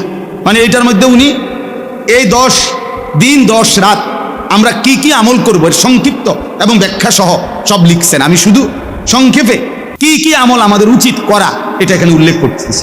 1 নাম্বার হলো বিশেষভাবে কোরবানি দাতা এবং অন্যদেরও এই 10 দিন নিজের নখ চুল না কাটা। এটা একটা আমল, এটা একটা ফজিলতপূর্ণ আমল। অর্থাৎ জিলকদ মাসের শেষেই, জিলহজের চাঁদ উঠবার আগেই নখ এবং চুল কেটে ফেলা, আর এই 10 দিন কোরবানি হওয়ার আগ পর্যন্ত নখ চুল বিশেষভাবে যাদের কোরবানি করে, মানে যাদের উপরে কোরবানি ওয়াজিব, তাদের জন্য বেশি জরুরি। আর যারা এমনিতেও কোরবানি হয় না, এমনকি বাচ্চা, তারারও এই 10 দিন নখ এবং চুল না কাটা, এটা রাসূলুল্লাহ সাল্লাল্লাহু আলাইহি সাল্লাম এবং সাহাবায়ে কেরামের আমল ছিল না কাটা। অতএব এটা একটা আমল যে এই 10 দিন নখ চুল কাটবে না। কথা বুঝছেন কেন? হ্যাঁ, এটা একটা মানে আছে। হযরত আব্দুল্লাহ ইবনে ওমর রাদিয়াল্লাহু তাআলা আনহুমা, বিখ্যাত সাহাবী, উনি দেখছিলেন এক মহিলা তার বাচ্চার চুল কাটতেছে এই 10 দিনের ভিতরে। তো উনি পরিষ্কার বলছে, হে মা, যদি তুমি এটাকে কোরবানির দিন পর্যন্ত বিলম্বিত করতে কত না ভালো হতো, কত না ভালো হতো। অর্থাৎ সাহাবায়ে কেরাম বাচ্চাদের বিষয়েও এই খেয়াল রাখছে। বাচ্চাদেরকেও দিন শেখানো উচিত। সাহাবায়ে কেরাম, হাদিসে আছে, সাহাবায়ে কেরাম মহিলা সাহাবীরা নিজেদের বাচ্চাদেরকেও অনুপযুক্ত বয়সেও রোজা রাখাইবার চেষ্টা করতেন। বলছে যে আমরা কাপড় দিয়া পেঁচাইয়া বাচ্চাদেরকে বিভিন্ন খেলনা বানায় দিতাম, আর যেন ঘুম পাড়ায় দিতাম, অথবা খেলনা ব্যস্ত করে দিতাম, আর এরই ফাঁকে সন্ধ্যা হয়ে যেত, তো তখন তাদেরকে আমরা ইফতার করাই। মুসলমানের এক জামানা ছিল, মুসলমানের নারীর মূল ফিকির ছিল সন্তানের আখলাক, সন্তানের ঈমান, সন্তানের আমল। দুর্ভাগা নারীর এখন মূল ফিকির হলো অনেকাংশের সাজগোজ, গহনা অলংকার, প্রসাধনী, মোবাইল, আর বাহিরে ঘোরা, আর ভ্রমণ, আর বিনোদন। যার কারণে অল্প বয়স্ক ছেলেও আজকে নিয়ন্ত্রণ হারা। অসংখ্য ছেলে পেলেদের চেহারার দিকে তাকাইলে বোঝা যায় মা বাবা পরিবার আদর্শ পারিবারিক কোনো সম্পর্ক তার কারোর সাথে নাই। সে নিজের মতো করেই বড় হইতেছে, তার ইচ্ছা মতো তার চুল, তার ইচ্ছা মতো তার জামা, তার ইচ্ছা মতো তার জামা পোশাক, তার হাসি, তার চলাফেরা, তার খানা খাদ্য, আহা নিজের মতো করে। মুসলমানের ছেলে মাত্র 16 বছর বয়স, চেহারা দেখলে বোঝা যায় না যে তার কোনো বাপ আছে কিনা। না না, বুঝাই যায় না। বাপ থাকলে তো তোর চুল এমন হইতো না বেটা, তোর বাপের চুল তেমন না বেটা, তোর বংশের কারো চুল তেমন না বেটা। তুই কার থেকে শুরু করলি এটা? এমন যদি হইতো যেটা আমার আব্বার থেকে শুরু হয়েছে, তাহলে ধর্মের তো কিছু নাই, আল্লাহর সাথে তো সম্পর্কও নাই, রসুলের সাথেও সম্পর্ক নাই, বাপ দাদার সাথেও কি নাই, কিচ্ছুর সাথে কোনো কিচ্ছু নাই, যে নাই কিচ্ছু নাই, কিচ্ছু নাই। আগে তো কাফের বেঈমানরা কইতো মিয়া যে আমরা বাপ দাদার থেকে, মা আলফাইনা আলাইহি আবাআনা, আমরা আমাকে বাপ দাদার থেকে পাইছি এটা। আর এখনকার অপদার্থ তার বাপ মার লগো তার কোনো মিল নেই। আহা, হাইওয়ান মনে করছে, জন্তু জানোয়ারের মতো এই চেহারা। আর ইহুদি খ্রিস্টান মুশরিক মুরতাদ বেঈমান ওদের মতো বেটা সাজগোজকে তোরা পছন্দ করলি বেটা। বেওকুফ আহম্মক ছাড়ার কিচ্ছু না বেটা, বদনসিব বেটা, বদনসিব বেটা। আত্মসম্মান যদি থাকতো তো আত্মমর্যাদা সম্পন্ন ব্যক্তি আগে ভাবে আমি কার মতো শাস্তিছি, আমি কেন ওনার মতো হব, আমার চুল এমন হবে কেন, এর পিছনে যুক্তি থাকতে হবে, আমার এই পাঞ্জাবি এটা এমন কেন, আমার উস্তাদ আমি ছোটবেলায় যার কাছে প্রথম পড়ছি, আজকে সারা বাংলাদেশের যিনি হেফাজতে ইসলাম বাংলাদেশের যিনি মহাসচিব আল্লামা শায়েখ সাজিদুর রহমান, সারা বাংলাদেশের মুরব্বী। আমি ছোটবেলায় ব্রাহ্মণবাড়িয়া দারুল আরকাম মাদ্রাসায় পড়ছি ছোট্টবেলায়। তা আমি হুজুরে দেখছি জুব্বা পড়ে এই টাকনুর উপর পর্যন্ত। আজকে সেই থেকে 1992 সালে 93 সালে আমি দারুল আরকাম প্রথম ভর্তি হয়েছি, যে সময় মাদ্রাসা শুরু হয়েছে আমগরে দিয়া, সেই সময় এই জুব্বা পড়া অভ্যস্ত হয়েছি। আজ 44 বছর বয়সেও একই রকম পাঞ্জাবি। আপনি আমার কোনোদিন দেখছেন ভিন্ন পাঞ্জাবি? তাইলে আমার এটা আদর্শ আছে। আমি কেন দাড়ি রাখছি? আমার রাসূল সাল্লাল্লাহু আলাইহি ওয়াসাল্লাম দাড়ি লম্বা করতে বলছে। আমি মুছ ছোট করলাম কেন? তো রাসূলুল্লাহ সাল্লাল্লাহু আলাইহি ওয়াসাল্লাম মুছ ছোট করতে বলছে। মুছ ছোট করতে হবে, বলেন ঠিক আছে? আজকে রাতের ভিতর ঠিক করবে। মুছ ছোট করা রাসূলুল্লাহ সাল্লাল্লাহু আলাইহি ওয়াসাল্লামের আদেশ, এটা কাসুশ শারিব, এটা আদর্শ থাকে ভাইয়া। আমার এই টুপি আমি ঢালকানগর হযরত বাংলাদেশের শ্রেষ্ঠ বুজুর্গ আরিফ বিল্লাহ হযরত মাওলানা শাহ আব্দুল মতিন বিন হুসাইন দামাত বারাকাতুহু, আমি হযরতের সোহবতে 2008 সালে ঘনিষ্ঠভাবে 1 মাস রমজান পুরা ছিলাম। তখন আমি হযরতের এই টুপি হযরত মাথায় দেয়। ওই সময় আমি এই টুপিতে আগে গোল টুপি পরতাম, এরপর হযরত থেকে এটা পছন্দ হয়েছে, তো এই টুপি পরি। তাহলে চলার একটা আদর্শ আছে, চলার পথের একটা আদর্শ আছে ভাইয়া। আমার জীবনের একটা হিসাব মিলাই আমি তোমারে বললাম, তুমি বলো তোমারটা, তুমি বলো মিয়া তোমার ধর্মের সাথে তোমার সম্পর্ক কি? আল্লাহর সাথে সম্পর্ক কোথায়? রাসূলুল্লাহ সাল্লাল্লাহু আলাইহি সাল্লামের সাথে সম্পর্ক কোথায়? মা বাবার সাথে, বংশের সাথে সম্পর্ক কই? এভাবে বুঝি মানুষ নিজের চেহারা, সুরতে, চলনে, বলনে এভাবে প্রত্যাখ্যান করে। বেঈমান আমাদেরকে জীবনে কোনোদিন মূল্যায়ন করে নাই, আমরা কেন বেঈমানের মতো সাজবো? ইসরায়েলের ওই কুত্তারা আমাদেরকে কোনোদিন সম্মান দেয় নাই, তোরা কেন বেটা কুত্তার মতো সাজবি কেন? ইসরায়েলের ওই বেঈমান ইহুদি তাদের চুলের কাটিং বেটা, এটা বেটা খবর নে বেটা, খবর নে বেটা। কোন রেসলিং খেলোয়াড়, কোন ফুটবল খেলোয়াড়, কোন ক্রিকেট খেলোয়াড় চরিত্রের হেফাজত নাই। বাচ্চা হয় আগে বিয়া করে পড়ে, আর বিয়া মেসি এতে আগে বাচ্চা হয়েছে 2টা, এরপরে বেটির বিয়ে করছে। খবর লো বেটা, তার 2 মেয়ে হয়েছে, এরপরে 2 মেয়ে লইয়া মাইয়ের মা ওই বেটিরে বিয়ে করছে বলে, ও মা আগে বাচ্চা হয়েছে 2টা, এরপরে বিয়ে করছে। হে হয়ে যায় মডেল, সেই স্টার। হ্যাঁ, এই স্টার চরিত্রহীন আবার স্টার কিভাবে হয় বেটা? এত বড় লম্পট। আমি মেসির ভক্ত, আস্তাগফিরুল্লাহ। তোর ইমানের সমস্যা বেটা, তোর কলিজা ইমান নাই বেটা। মুসলমানের ঘরে জন্ম নিয়ে তুই বেঈমানের ভক্ত হবি কেন? কাফেরের ভক্ত হবি কেন বেটা? আল্লাহ আমাদেরকে বুঝ দান করে। এজন্য প্রিয় ভাই, এটা বুঝতে হবে। আজকে সময়ের ব্যবধানে, সময়ের প্রয়োজনে, আগামীর সময়টা ঈমান আর কুফরের যুদ্ধের সময়। শুনো ভাইয়া, সবাই মনে রাখেন, আগামীর সময় শুধু মুখের কথায় না, আগামীর সময় অস্ত্রের ঝনঝনানি আরো বাড়বে। বেঈমানও আস্ফালন বাড়াইছে, আলহামদুলিল্লাহ ইমানদারের হিম্মতও বাড়ছে। হ্যাঁ, 3 সেকেন্ড লাগে নাই, 30 সেকেন্ড লাগে নাই, 3 ঘন্টা লাগে নাই, ভারতের বেঈমানদের যুদ্ধ বিমান শোয়া আলাইছে। ইমানদার প্রমাণ করে দিছে যে 1 চোখ আগাইলে 10 চোখ রাঙ্গায় শোয়া ফেলবে ইনশাআল্লাহ। এই জন্য এটা জরুরি। দুনো দিকে মুসলমানদের, আলেম ওলামাদের, ইসলাম ধর্মের দিকে, ওলামায়ে কেরামের দিকে মানুষের আগ্রহ বাড়ছে। এজন্য আমাদের বাংলাদেশেও এই ঘাপটি মাইরা যাচ্ছিল যে সমস্ত মুনাফিক, যেই সমস্ত ওলামা বিদ্বেষী জালেম বেয়াদব, ওরা পর্যন্ত শেষ পর্যন্ত নিজেকে লুকাইয়া রাখতে পারে নাই। কিশোরগঞ্জের এক বেয়াদব গত 2-3 দিন আগে বাংলাদেশের ওলামায়ে কেরামের যে নেতা নামের কলঙ্ক, চূড়ান্ত চরম বেয়াদব, ঘৃণ্য জঘন্য এক বেয়াদব, ওলামায়ে কেরামকে আমাদেরকে 500 টাকার মৌলবি আমরা নাকি। এত বড় বেয়াদব, বুড়ো হয়ে গেছে, অথচ বেয়াদবের কথা শুনলে মনে হয় সে কোনোদিন কোনো আলেমে দিন তার মাথায় কোনোদিন হাত বুলায় নাই। বলছে যে আমাদের দেশের মা বোনদেরকে আবেদন করছে, তোমরা হুজুরদের বাচ্চা পেটে নিও না। কত বড় জানোয়ার! তোর বাপ মার বিয়ে যদি কোনো আলেমে দিন না পারাইতো তো তুই তোর মার গর্বে কেমনে আসতি? বেটা, তুই তোর মার গর্বে আসতি কেমনে? তোর বাপ মার বিয়ে তোর কোন আব্বাই পড়াইছে? কোনো না কোনো আলেমে দিনই তো পড়াইছে। তুই এত বড় কথা বললি কেমনে? খবিস মানে আখবাস খবিস। সে খবিস বলে যে কোনো মা বোন যেন কোনো আলেমকে পেটে না ধরে, কোনো আলেমের বাচ্চা যেন পেটে না ধরে। সে আবেদন করছে বাংলাদেশ। আফসোসের ব্যাপার, সে প্রমাণ করুক, প্রমাণ করুক যে তার মা বাবার বিয়া কে পড়াইলো। তোর মা বাবার বিয়া কে পড়াইলো? রাস্তার কেউ পড়াইছে? বাবা, কোনো না কোনো মসজিদের ইমাম সাহেব, কোনো না কোনো আলেমে দিনই তো পড়াইছে। তো ওই আলেমে দিন বিবাহ পড়ানোর কারণেই তো তোর মা বাবার বিবাহ সম্বন্ধ সম্পর্ক বৈধ হয়েছে। তার বরকতে না তুই হইল। হে অমন মৌলানা চিনে না, হে মৌলানা চিনে না। এজন্য ভাইয়া এটা জরুরি বিষয়।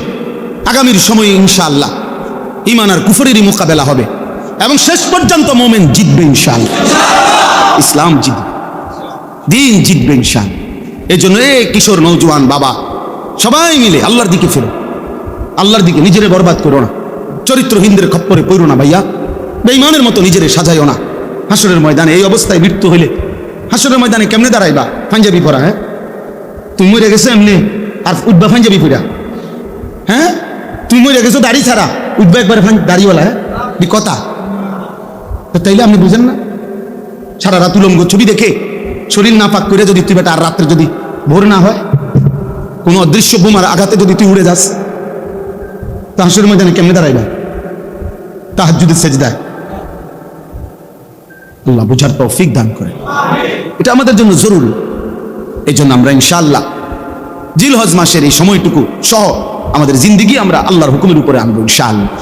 বাকিটা শুধু পড়ে শোনাই। 2 নাম্বার, রাত্রগুলোতে বেশি বেশি জিকির তাসবিহ পাঠ করা। 3 নাম্বার, প্রথম 9 দিন রোজা রাখা টানা। জিলহজের প্রথম দিন থেকে কোরবানির আগের দিন পর্যন্ত 9 দিন রোজা রাখার চেষ্টা করা। প্রত্যেকটা রোজাতে এক বছরের নফল রোজার সওয়াব মিলবে। 4 নাম্বার, আরাফার দিন অর্থাৎ কোরবানির আগের দিন 9 জিলহজ রোজা রাখা। এটা বিশেষ, অর্থাৎ কোরবানির আগের দিন বিশেষভাবে ওই দিন রোজা রাখার সর্বোচ্চ চেষ্টা করা। নবীজি সাল্লাল্লাহু আলাইহি সাল্লাম বলছেন, ওই দিনকার রোজায় আমি আল্লাহর কাছে আশাবাদী, আইয়ুকাফিরাস সানাতাল্লাতী ক্বাবলাহু ওয়াস সানাতাল্লাতী বা'দাহু। আল্লাহ তাআলা পিছনের এবং সামনের, এই সামনে এবং পিছনের 2 বছরের গুনাহ মাফ করে দিবেন। এজন্য তোমরা রাখো রোজা। যুবক ছেলে তোমরা রোজাই রাখো। তোমরা অনেক ছেলে পেলে মনে করো আমরা ফুলাইন মানে আমরা কি আমল দিয়ে আমরা কি, তোমরা আমল দিয়ে কি, তোমরা মোবাইল টিপা কেবল বেডি চাইবা আর তামসা করবা। তোমরাই তো আমল করবা। মিয়া শরীরে স্বাস্থ্য সামর্থ্য যার, সেই তো কি করবে? 90 বছরের বয়স্ক মানুষটার উপরে কেমনে আমলটা পায় দাও? আমল তো করবেই তাগড়া নওজোয়ান। আল্লাহ তৌফিক দান করেন। রোজায় খুব উপকার, রোজায় খুব উপকার ভাইয়া। প্রতি সোমবারে রোজা রাখো যুবক, দেখবা ইনশাআল্লাহ চরিত্র সুন্দর হবে, লজ্জাস্থানের চাহিদা কমবে, শাহওয়াত কমবে, নারীর প্রতি সারাক্ষণ আগ্রহ কমে আসবে, চরিত্রের হেফাজত হবে। বৃহস্পতিবারে রোজা রাখো। আল্লাহ নবী ঔষধ, এটা প্রেসক্রিপশন। আল্লাহ নবী সাল্লাল্লাহু আলাইহি ওয়াসাল্লাম বলছেন, নিশ্চয়ই রোজার মধ্যে নিজের যৌন শাহওয়াত প্রবৃত্তি যৌন চাহিদা দমনের কার্যকর প্রতিষেধক। আল্লাহ তৌফিক দান করেন। 5 নাম্বার, তাকবীরে তাশরিক পড়া। আল্লাহু আকবার, আল্লাহু আকবার, লা ইলাহা ইল্লাল্লাহু আল্লাহু আকবার, আল্লাহু আকবার, ওয়ালিল্লাহিল হামদ। 9ই জিলহজ মানে কোরবানির আগের দিন ফজর থেকে 13ই জিলহজ কি পর্যন্ত? আসর পর্যন্ত। ঈদুল আজহার নামাজ পড়া কোরবানির দিন। 7 নাম্বার, কোরবানি করা। 8 নাম্বার, ঈদের দিন ও আইয়ামে তাশরিক মানে ঈদের পরের 3 দিন, এই 4 দিনে রোজা না রাখা। মানে ঈদের দিন, কোরবানির ঈদের দিন, আর কোন দিন? পরের 3 দিন, এই 4 দিন কি না রাখা? আল্লাহ নবী সাল্লাল্লাহু আলাইহি সাল্লাম বলছে, আইয়ামুত তাশরিক আইয়ামু আকলিন ওয়া শুরবিন ওয়া যিকরিল্লাহ। নবীজি বলছেন এই আইয়ামুত তাশরিক মূলত ওই 3 দিনকে বলে, 11, 12, 13। এই 3 দিন হলো খাদ্য পানীয় এবং আল্লাহর জিকির, আল্লাহর বন্দিগির সময়, অর্থাৎ রোজার সময়। তাহলে আল্লাহ তাআলা বান্দাকে যেমন রোজা রাখতেও বলছেন, রোজা না রাখতেও বলছেন। তাহলে আল্লাহ তাআলার হুকুমের কুদরতের এটা একটা বৈশিষ্ট্য, আল্লাহর আদেশের, যে কখনো করতেও বলছেন, কখনো ছাড়তেও বলছেন। কাজেই এতটুকুই কথা। আজকের এই ইসলাহি মজলিসে আমরা 2টা কথা বললাম। 1 নম্বর কথা হলো, প্রিয় ভাই কিশোর নওজোয়ান, ধমক দিলেও মনে রাখো, ধমক মাকসাদ না, তোমার মনে করানো মাকসাদ। তুমি কোনোভাবে তোমরা এই যে কয়জন ছেলে তোমরা এই চুল স্বাভাবিক করো ভালোভাবে। আমি বললাম চুলের ফ্যাশন, পুরুষের সৌন্দর্য, এটা পৃথিবীর কোথাও নাই। দেখ তুমি খবর লই, পুরুষ চুল নিয়ে ব্যস্ত থাকবে, এটা বিশ্বাস করো, আমার কথা মনে থাকলে মনে রাখো, এটা তার ভিতরে মূলত মেয়েলি স্বভাব বেশি, এই জন্য কাপুরুষের। কারণ চুল নিয়ে বেশি ব্যস্ত থাকা, এটা বেডিতে খাচ্ছ, বুঝেন না কথাটা? এটা মূলত কি স্বভাব? মেয়েলি স্বভাব। কারণ মহিলার সৌন্দর্য হলো চুলে, নারীর চুলের আলাদা কি আছে? শোভা। নারীর চুলের একটা সৌন্দর্যের ব্যাপার। এই জন্য নারীর চুলের যত তেল বাজারে, বেডিতে চুলের তেল এতটি তেল নাই তো। এটা নিয়ে কোনো মাথা ব্যথার বিষয় না। পুরুষ চুল নিয়ে ব্যস্ত থাকবে, এটা যেন এক ধরনের হাফ লেডিস। হ্যাঁ, চুলের ফ্যাশন নিয়ে ব্যস্ত থাকবা কেন? তুমি তো এটা নিয়ে ব্যস্ত থাকার কথা না। তুমি পৃথিবী গড়বা, তুমি দেশ গড়বা, তুমি জাতি গড়বা, তুমি ইসলামের জন্য জান কোরবানি করবা ইনশাআল্লাহ। আল্লাহ তাআলা আমাদেরকে তৌফিক দেন। আজকের এই ইসলাহি মজলিস আল্লাহ তাআলা কবুল করে নেন। আমাদের এই মাদ্রাসার ইসলাহি মজলিসের ধারাবাহিকতা আল্লাহ যেন বজায় রাখবার তৌফিক দান করে। সবসময় আমরা মৌলানা আব্দুল কাইয়ুম ভাইকে মহব্বত করি, মাঝে মধ্যে আশা